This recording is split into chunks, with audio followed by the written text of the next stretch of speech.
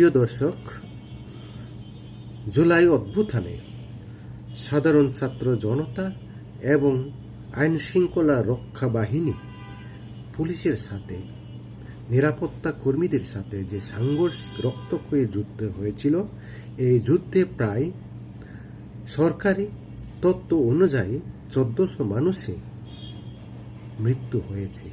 এই মৃত্যুতে শুধু সাধারণ ছাত্র জনতার হিসাব করা হয়েছে, কিন্তু পুলিশ সদস্য কতজন মারা হয়েছে তা আজও সঠিকভাবে উপস্থাপন করা হয়নি। এই ছাত্র জনতা হত্যার প্রতিবাদে সাধারণ মানুষের ছাত্রছাত্রীদের বিচারের দাবি চলছে, কিন্তু এখনো পুলিশ হত্যাকাণ্ডের বিচারের জন্য তদন্ত করা হয়নি।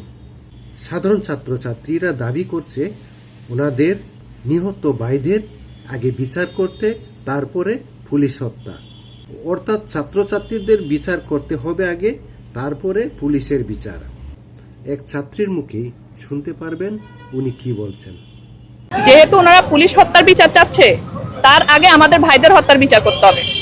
আমাদের যে ভাইগুলা রাস্তায় মারা গেল, ওদের হত্যার বিচার কে করবে? আগে ওদের হত্যার বিচার করুক, তারপর পুলিশ হত্যার বিচার। আর পুলিশ হত্যা করছে কে? আমাদেরকে আগে মারা হয়েছে বিধায় আমরা পরে যাই পুলিশদেরকে মারছি। আমরা তো আগে মারি নেই, আমাদেরকে আগে মারছে কেন? আমরা তো জাস্ট নর্মাল একটা আন্দোলন করছি, এই আন্দোলনে কেন খুনাখুনি হয়েছে? প্রিয় দর্শক, আবার আসলাম যে ছাত্রছাত্রীদের যদি বিচার কার্যকলাপ হয়, বিচার শুরু হয়, কিন্তু দেশের আইন শৃঙ্খলা রক্ষা বাহিনী হত্যাকাণ্ডের কেন বিচার হবে না? দেশের সাংবিধানিক আইনে বলা আছে, দেশের প্রত্যেকটা মানুষের জন্য, দেশের সকল নাগরিকের জন্য, সবার জন্য আইন অধিকার সমান। সেই ক্ষেত্রে সাধারণ ছাত্র জনতার যদি অধিকার থাকে, কিন্তু দেশের আইন শৃঙ্খলা রক্ষা বাহিনীদের হত্যাকাণ্ডের কেন বিচার হবে না, সেটা জাতির কাছে প্রশ্ন রেখে দিলাম। তাহলে দেশের আইন শৃঙ্খলা বাহিনীর নিরাপত্তায় যারা নিয়োজিত রয়েছে, তাদের হত্যাকাণ্ডের যদি বিচার না হয়, এই বাংলার বুকে হত্যাকাণ্ডের জন্য, নেই বিচারের জন্য চিরকাল দায়ী হয়ে থাকবে। ওনারা বৈষম্য বিরোধী আন্দোলনে নেমেছিলেন এবং কোটা সংস্কারের জন্য আন্দোলনে নেমেছিলেন।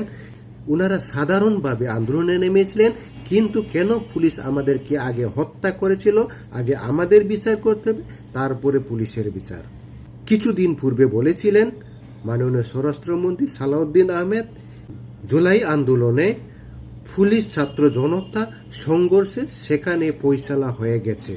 অর্থাৎ তিনি বলতে চাচ্ছেন পুলিশ হত্যার কোনো বিচার হবে না। সাধারণ ছাত্র জনতা যারা মৃত্যুবরণ করেছেন এবং হতাহত হয়েছেন, তারা কিন্তু ইন্টারিম সরকারের সময় ক্ষতিপূরণ পেয়েছে, কিন্তু পুলিশ হত্যাকাণ্ডের এখনো বিচার হয়নি, তাদের পরিবারের কোনো ক্ষয়ক্ষতি পূরণ করা হয়নি।